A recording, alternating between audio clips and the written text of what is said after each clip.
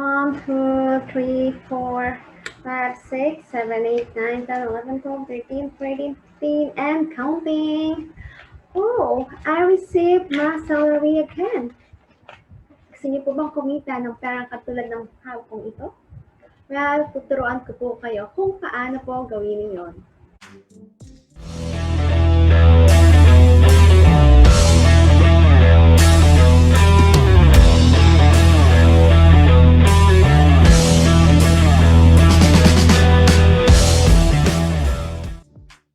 Hi mga momshies and papshies! Welcome back to my channel.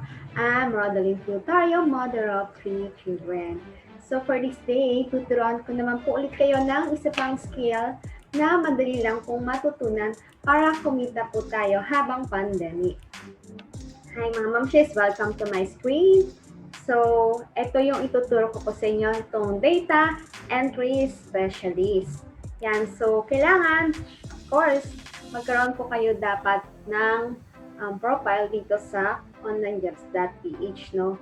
So, kinilik po natin itong office and admin virtual assistant. Then, click this job subcategory, itong data entry. Kapag click yung search, makikita po natin yung hiring na posted lang po this June 2, today po. Sabi po dito, looking for an expert data miner or data entry specialist, no? So, open natin ito. Yan. So, ang description niya ay yung job overview. I am looking for an organized and dedicated person to build large lead lists within Google Sheets. So, I taught you before or last week how to create yung mga data po sa Google Sheets. Sabi niya pa, I'll need you to consistently make Google searches, scrape directories, and more to build extremely clean lists of potential leads for my business. The list must include contact name, company name, phone number, email, and website URL. You will need to do this for multiple different industries in Canada and the US. We are looking for some to work for 40 hours a week full-time. We will be an extremely important team member on our team and we'll need you to start immediately. If you are serious and willing to work full-time, please apply. If you are not motivated person with really organized attention to detail, do not apply. So you must prove that you're organized and have good English by first completing a task for us here. So, kiklik nyo lang po ito. Yan. Para ma-applyan nyo na po itong word na ito. So, first, tuturuan ko muna po kayo kung paano mag-data entry dito sa Google Sheets, no? So, first, kailangan nga, meron po kayong account sa Google. And then, mag-create po kayo ng, kung wala pa po, mag-sign up po kayo sa Google para magkaroon kayo ng Gmail. And then, like po dito sa aking aking Google account, no? Yan. So, punta tayo dito muli. Yan, sa Drive. Then, kapag click mo yung Drive, yan, makikita niyo po dito, ito yung New. Then, click nyo lang po itong Google Sheets. Yan. So, meron na po akong ginawa dito na para mas mabilis po yung pagtuturo ko, no? Yung ginagawa po na data entry. Ayan. So, kunyari, punta muna tayo, no, dito sa website na ito. Click po natin itong URL link. So, bago tayo magpatuloy mga momshies and papshies, kung bago po kayo sa aking channel, huwag niyo po kalimutang mag-subscribe, like, and comment po kung ano pa pong mga skills ang gusto niyong matutunan para magkaroon po kayo ng mailalagay sa inyong profile sa onlinejobs.ph. Siyempre, para ma-hide po kayo agad. And don't forget to hit the bell button para ma-notify pa po kayo sa mga videos na i-upload ko. Gagawin po natin, no? Siyempre ito, click niyo tong link na to. Yan. Pag na-click niyo na yung link na yan, mapupunta po tayo dito sa isang page, no? So, kukuhanin lang po natin yung mga important data na hinihingi po, no? For example, so close na natin itong iba para mas madali tayo, mas mabilis po loading, no? So, ang kailangan lang niya is contact name, company name, phone number, email, and website URL. Yan. So, for example, yan. So, dito, applicant name. So, pangalan niya, Benkat. So, yan. Last name niya po. Yan, na-enter ko na kanina ng Benkat. Yan. And then, ano pa? Kunin natin, then, yung kanyang address. So, ito yung kanyang address. Flat 224 Counter Group. Yan. Yan.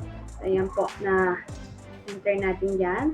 And then, kunin din natin. Yan.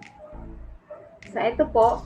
Yan. Pag hinihingi lang po, no? Date received. Yan. Registration date. Yan. Yan. Yan. Tapos, ito po, ito yung kanyang contact number. So, yan, no? Pasok natin dito. Yan.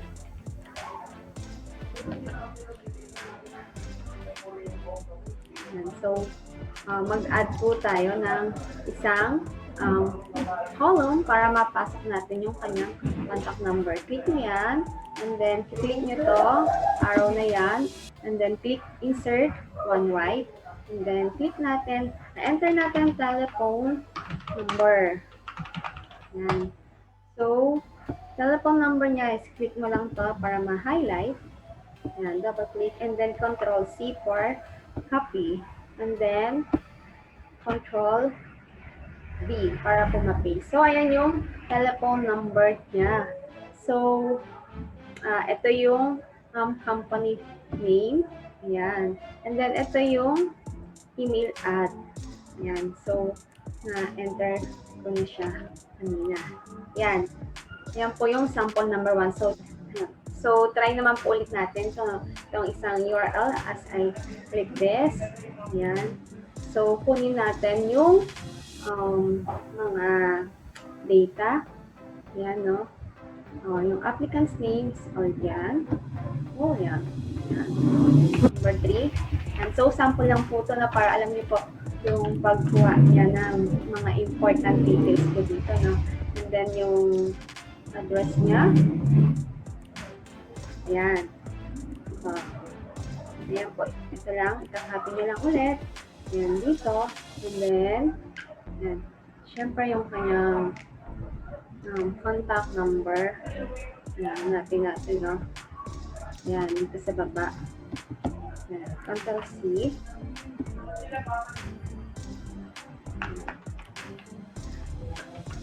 And then, Control V para ma-paste po natin. Yan. And then, ito yung email ad niya. Yan, planning at rbkc.gov.uk, no? So, kakopy mo lang siya para mas madali. Double click mo lang and then Control C for copy. And then, yan. So, Control V po natin para ma-paste po natin siya. Yan. So, ayun lang po yung pagkuha po ng entries, no? Mga mamshies and papshies. Ganun lang po kadali. So, mga mamshies and papshies, ito po. Ang salary po niya is $200, no? Pero negotiable po yan. Pwede pa po yan mag-increase kapag na expert na po kayo sa data entry o pagkuha po ng mga details, no? Doon sa website na ibibigay po nila. Yan. So, tignan po natin, no? Kanina na-search ko kanina, no? Kung magkaano, dito naman sa Philippines, no? Kung gagawin siyang full-time job, yung data miner, no? Or data entry specialist. Tignan natin yung salary niya. Salary, ayan, data miner. So, ang pay scale niya here in the Philippines is 480,000 po, yun, no? Yan, parang average rate niya or yung average hourly rate is 450 pesos, no? So, ano lang po siya, no, per hour. So, kung expert na po kayo, medyo malaki-laki po talaga yung marireceive niyo pong salary dito sa data mining. So, yun lang po mga mamshies and papshies. So, yun lang po muna ang tinuro ko for this day. Paano po mag-data miner, no? Or yung data entry specialist, no? So, sa susunod man tuturo pa po ako ng ibang skills na pwede po nating magamit para magkaroon po kayo ng job na, no? At ma-hire na po kayo ng mga employer sa abroad, no? Working online po dito lang sa bahay. So, yun lang po. Don't forget to subscribe, like, share, and hit the bell button. I'll see you on my next video. Bye!